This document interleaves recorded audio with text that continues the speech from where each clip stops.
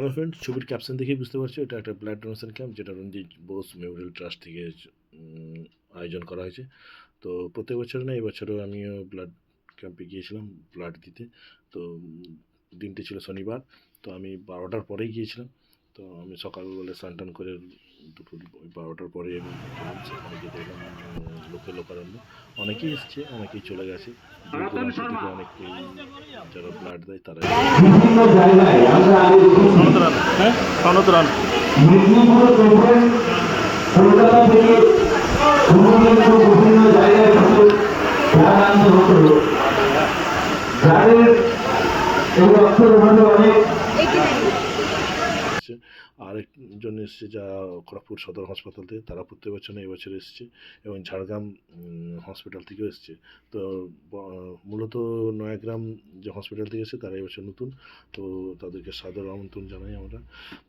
এবার এদিকে এসে দেখলাম যে চতুর্দিকে প্রচুর ভিড়, এবং এখানে সবাই যে এসেছে ব্লাড কালেকশনের চলছে।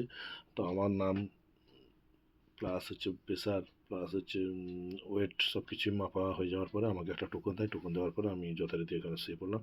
তো আমার ছেলে এই ভিডিওটা করেছিল, আমি যখন শুয়ে পড়ি যথারীতি চ্যানেল ফিট করে দেওয়া হয় আমার হাতে, এবং 5 থেকে 7 মিনিটের মধ্যে আমার ব্লাড হচ্ছে পুরো পাউচের মধ্যে চলে আসে। তো জানি না এটা 500 না 300 গ্রাম থাকে, যে যাই হোক, রক্ত হচ্ছে এমনই একটা জিনিস যে অন্য অন্যজন যাতে বাঁচে সেটার একটা প্রত্যেকটা বিন্দুতে রক্তের যে চাহিদা সেটা পূরণ করা খুবই কঠিন ব্যাপার। তাও আমরা এই ক্যাম্পের সাহায্যে যতটা সম্ভব পূরণ করতে পারি।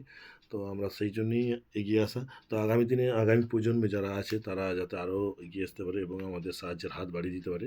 তো এক ফোঁটা রক্ত বহু প্রাণের হচ্ছে সঞ্চার ঘটতে পারে।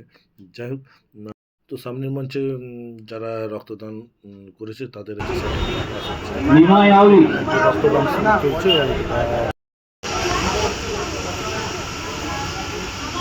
বাপি দাস বাপি দাস বাপি দাস আমি অনুরোধ করছি গোপাল চা মাতাকে তার মূল্যবান বক্তব্য তুলে ধরার জন্য। সুভাষ দাস আপনি রাখুন কথা বলুন।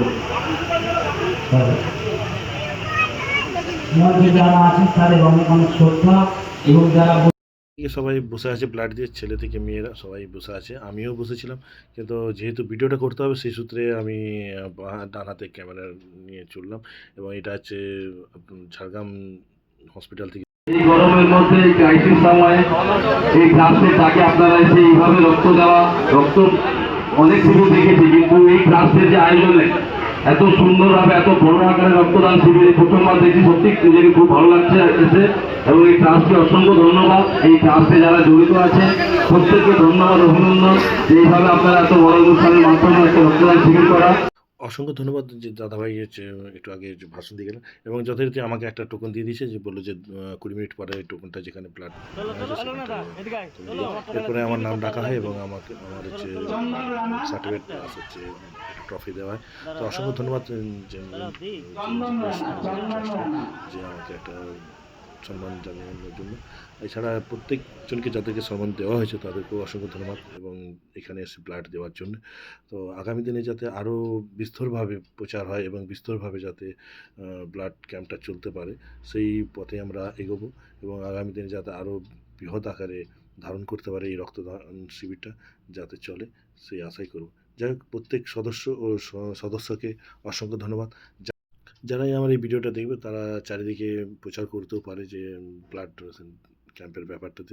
তো যাই হোক, আমি আমার এই ভিডিওর বার্তা দিয়ে আমি আমার যত ফ্রেন্ড সার্কেল আছে তাদেরকে বলবো, এখানে যে ব্লাড দিতে এমন কোনো কথা নয়। প্রত্যেকটা অঞ্চলে প্রত্যেকটা গ্রামের মধ্যে এই ব্লাড ডোনেশন ক্যাম্প হয়, সেখানে তোমরা যথেষ্ট একটু হলেও রক্ত দাও, তাহলে আগামী প্রজন্মের রক্তের জন্য হাহাকার যে জিনিসটা সেই জিনিসটা থেকে অনেকেই বেঁচে উঠবে। তো যথেষ্ট।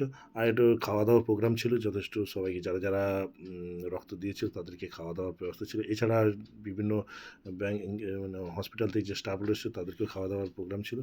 তো আর বেশি কথা বলবো না। তো অসংখ্য ধন্যবাদ রঞ্জিত বোস মেমোরিয়াল ট্রাস্টকে, যা আমাকে এই সুযোগটা করে দেওয়ার জন্য। Thank you so much.